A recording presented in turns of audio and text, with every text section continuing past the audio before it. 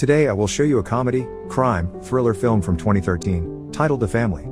Spoilers ahead. Watch out and take care. Mafia hitman Rocco murders an Italian family of 4 in cold blood, believing them to be the Manzoni. He cuts the finger off the father and sends it to Mafia boss Don Lucchese, who is currently in jail, but after testing the fingertips, they confirm Rocco killed the wrong people, so he is ordered to keep looking. The real Manzoni family is leaving the USA to live in Normandy, France under the FBI's witness protection program. There's the father, Giovanni, who is also a mafia boss, his wife Maggie, his children Belle and Warren, and their dog, Malavita. The reason why they are constantly moving and changing their names is Don Lucchese, who many years ago tried to kill Giovanni for being his rival mafia boss. Giovanni counterattacked by snitching on him to the police, sending him to prison, and now Lucchese's men are constantly looking for him for revenge. The family arrives at their new house in the middle of the night. After turning on the power again and starting a fire, Giovanni pretends to take a look around the property, but in truth, he takes out a body from his car trunk and buries it in the backyard. The next morning, everybody gets ready to start a new day in their new lives. Maggie goes to check out the town and see if there's anything interesting to do or see. Her worst fears are confirmed by the waitress at the cafe she stops at, though. This is a small town and it has little to do in it. Then she goes to the convenience store to get groceries, where she overhears the clerk and some clients insult Americans, thinking Maggie won't understand them because they're speaking French. Furious, she grabs some alcohol and a gas tank from the shelves and throws them in the storeroom before proceeding to light a match and throw it in there too. Then she pays for her groceries pretty quickly and leaves the market right before her trap explodes. Afterward, she has lunch at a fast food place, where she gets people's shocked attention when she makes too much noise drinking her soda, and then she visits the church, getting the chance to befriend the priest. Belle and Warren go to their new school, and Warren quickly gets in trouble with some bullies, who beat him up in the bathroom after he talks to them in a very smarty-pants, sassy way. When lunchtime comes, he meets with his sister and tells her all the information he's already learned about who is who in school because he's forming a plan to start a small mafia group there. Once school is over, Belle begins to walk back home while a car with 4 teenage boys follows her around, asking her to hang out with them. At first, Belle refuses, but soon she gets lost in town and decides she may as well accept the ride. The boys, however, instead of taking her to her house, take her to a spot by the lake where teenagers usually hang out. Belle asks them to take her home, but the leader tells her to stay and relax before lowering the strap of her dress while his words are full of innuendo. Not willing to let them get away with this, Belle returns to the car to grab a tennis racket and uses it to beat up the boy before telling the others to behave more respectfully towards women. Then she takes the boy's car and drives it back to her home. Meanwhile, Giovanni goes to the property gate to smoke a cigarette, which he isn't supposed to do. He quickly notices there are FBI agents hidden nearby keeping an eye on him, and decides to go back inside to investigate the glass garden shed. After tossing a bunch of stuff out, he finds a typewriter and, seeing as it still works, he thinks it's finally time for him to write his memoir, describing how he took over the family business started by his grandfather decades ago. When he stops to take a break, he meets his neighbor through their connected backyards, and makes up a story about being a writer when he's asked what he does for a living. Later in the evening, while the family is having dinner together, they're visited Robert Stansfield, the FBI agent in charge of their case. After giving his approval of Giovanni's writer story, he asks him about a shop owner that disappeared recently, and Giovanni tells him he doesn't know anything about it, when actually, he killed him because he sold him some seafood that he claimed was fresh but it was actually frozen. This is the body he had in the trunk when he arrived. Stansfield reminds him not to get into trouble, and before leaving, he tells him that the FBI agents that will be protecting him from the house across the street are DeSicco and Mimo. Then Giovanni joins her wife in bed and has a nightmare about the barbecue party he threw many years ago, which was the occasion Lucchese had chosen to strike. The following day, when Giovanni gets too distracted by his writing, Maggie demands to know what he's writing about and freaks out when she hears it's a memoir, since that could get them in big trouble. Then she grabs a tray of food she's prepared specially for DeSicco and Mimo and leaves to take it to them after asking Giovanni to check the tap water, because it comes out brown and the plumber she's called won't show up. At school, Warren is starting to make contacts with the right people, using information and stolen goods to get them to work for him. Belle, on the other hand, had to beat up a girl in the bathroom for having stolen her pencil case. She also sees a very handsome guy in the cafeteria, and Warren informs him that's Henri, a college student acting as substitute teacher for math class. All the girls in the school want him, so Belle will have lots of competition if she wants to go after him. But she has a plan. She approaches Henri after class and asks him for private math lessons, which he accepts. Meanwhile, Warren meets his bullies outside the school and proceeds to beat them all up with the help of the contacts he's made. Back in the house, the plumber arrives over 40 minutes late, irritating Giovanni. His mood only gets worse when the man tries to unnecessarily change all the pipes in his house, so Giovanni beats him up with the tools he finds in the basement and then puts the body in the plumber's own van to take him to the hospital, where the doctor has trouble understanding how the man's body could have so many fractured bones from simply falling down the steps. While Rocco finds the family of the seafood shop owner and kills them all for not having information about Giovanni, he continues to write his memoir, talking about how he used to take good care of his old neighborhood back in Brooklyn. In the evening, Maggie scolds him for what he did to the plumber, and Giovanni retaliates by reminding her of the explosion she caused at the convenience store. Chatting about her fire obsession gets Giovanni excited, and the couple gets intimate right there on the couch.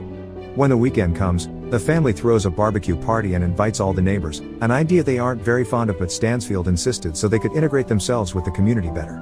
Maggie asks Belle about this Henri guy she's invited and reminds her to use protection, but Belle tells her not to worry because she won't be having a quickie in some classroom. She'll choose the right time and place with the love of her life. Warren then arrives with various bottles of soda and tells his mother to stop making French food and to make American dishes instead because that's what the neighbors expect. Turns out he's right, the neighbors have come to see the eccentric Yankees and are happy to eat their weird food. Even DeSicco and Mima are allowed to leave their watch room and join the fun. The only one missing is Giovanni himself, who Belle finds in the garden shed. Writing his life down like this has been like looking at himself in the mirror for hours, and he's realized he regrets not having been a better father for his children and having put them in these tricky situations. Belle, however, doesn't agree and tells her she considers him the best dad in the world. Now in a better mood, Giovanni joins the party, only to get irritated again when the neighbors start trying to teach him how to start a grill fire. Giovanni imagines all the ways he could torture them for being rude, but thankfully, before he can do anything stupid, he's interrupted by the recently arrived Stansfield. The two men talk in private, and Stansfield informs Giovanni that people in the White House are worried about this book he's writing because it could get many people in trouble, but Giovanni promises he's doing it for himself and doesn't plan to release it to the public.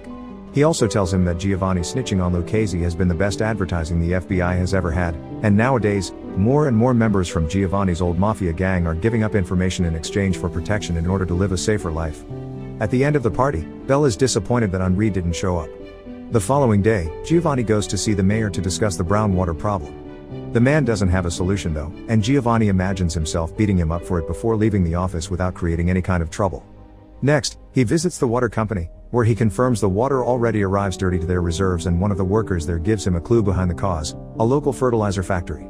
Giovanni visits that factory next, and when the boss proves to be unhelpful and rude, Giovanni ties him to the back of his car and drags him down the road until he's ready to confess.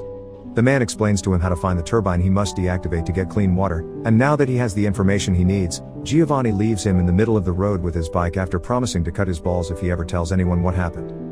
When he returns home, he finds Stansfield reading his manuscript, who quite likes it but still scolds Giovanni for writing it in the first place. Meanwhile, Maggie continues to visit the church, and the priest manages to convince her to do a confession with him after promising her everything she tells him is confidential. The things she says are so disturbing, however, that they haunt the priest for a week and he forbids her from entering his church ever again. At school, Warren has forgotten to write something for the school paper as he had promised, so only having 5 minutes to hand something in, he ends up quoting Lucchese from the time he met him as a boy. The newspaper passes from hand to hand all over the place, used to be read in the plain or wrap things, and that's how it makes it to Lucchese's cell. The old man immediately recognizes the quote and sends his men to Normandy to find Giovanni once and for all. After class, Belle visits Henri at his classmate and they end up making love against the door after she locks it. In the evening, Giovanni gets a call from one of the neighbors that came to the barbecue, inviting him to a film event the community shares every month. They watch a movie and then discuss it, and since next time they'll be watching an American classic, they want Giovanni there to guide the debate with his expertise as a writer. Giovanni accepts, and since the FBI listens to all his calls, Stansfield shows up minutes later to tell him what an awful idea it is. Giovanni doesn't agree, he thinks this is a great way to show they're fitting in, and makes Stansfield accept to come to the event with him. The following day, Warren's violent and criminal activities are discovered by the school board, so he rushes back to the house to get some money and fake documentation in order to escape to Paris and start his own illegal business there as his father had done at 13. Before leaving, he says goodbye to his sister, who is depressed because she's fallen in love with Henri, but for him, she's only been a fling and now he's graduated, he will live in Paris too. Giovanni leaves a doll on his seat so the FBI thinks that's him, and sneaks out of the house to plant a bomb on the turbine that makes the water brown. Afterward, he meets with Stansfield and together they go to the film event, where they discover they'll be watching Goodfellas. Stansfield thinks this is even a worse idea now, but Giovanni points out leaving before the movie starts is even more suspicious. After the movie is over, Giovanni is asked to tell the audience about how accurate to real New York is, and Giovanni can't help it anymore and starts telling stories about his life there as a mafia boss, which the people present think it's fictional. Stansfield still doesn't approve though, and thinking Giovanni is out of control, he calls DeSicco and Mima to tell them to round up the family and begin Plan B. In the meantime, Warren is at the station, waiting to take the train to Paris, and Belle is on the roof of a house while calling Henri on the phone, threatening to kill herself if he doesn't take her back. At that moment, both siblings see a group of Mafia hitmen arrive in town, so they decide to go back to the house to warn their parents, especially after Warren tries to call them and gets no response because Maggie couldn't get to the phone in time. The hitmen kill everyone in the police station and use their records to find Giovanni's address. They also kill the firefighters and cut the tires from the fire trucks.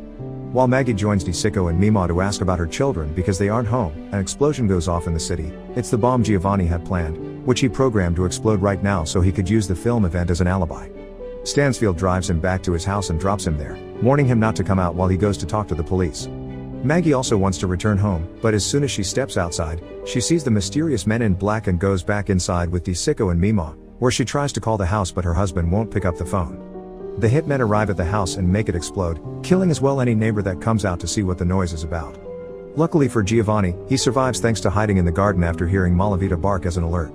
Maggie wants to go see him, but as soon as DeSicco and Mima approach the door, they're instantly killed by one of the hitmen that threatens to take advantage of Maggie before ending her.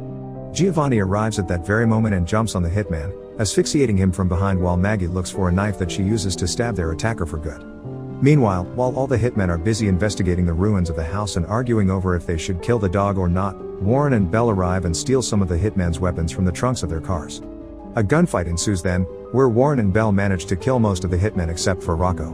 With Warren unconscious after getting hit by recoil, Belle leaves him on the ground and starts running away, hoping Rocco, having run out of bullets, will work to her advantage. The old man is surprisingly resilient though, and he chases after her until Stansfield suddenly shows up and runs over him with his car. The hitmen may be all dead, but the family's identity has been discovered, so they have to relocate to a new town with new names again. Giovanni, however, is happy that got to tell his story to a crowd, even if they all thought it was fake. Make sure to subscribe and turn on notifications so you can watch more videos like this. Thanks for watching.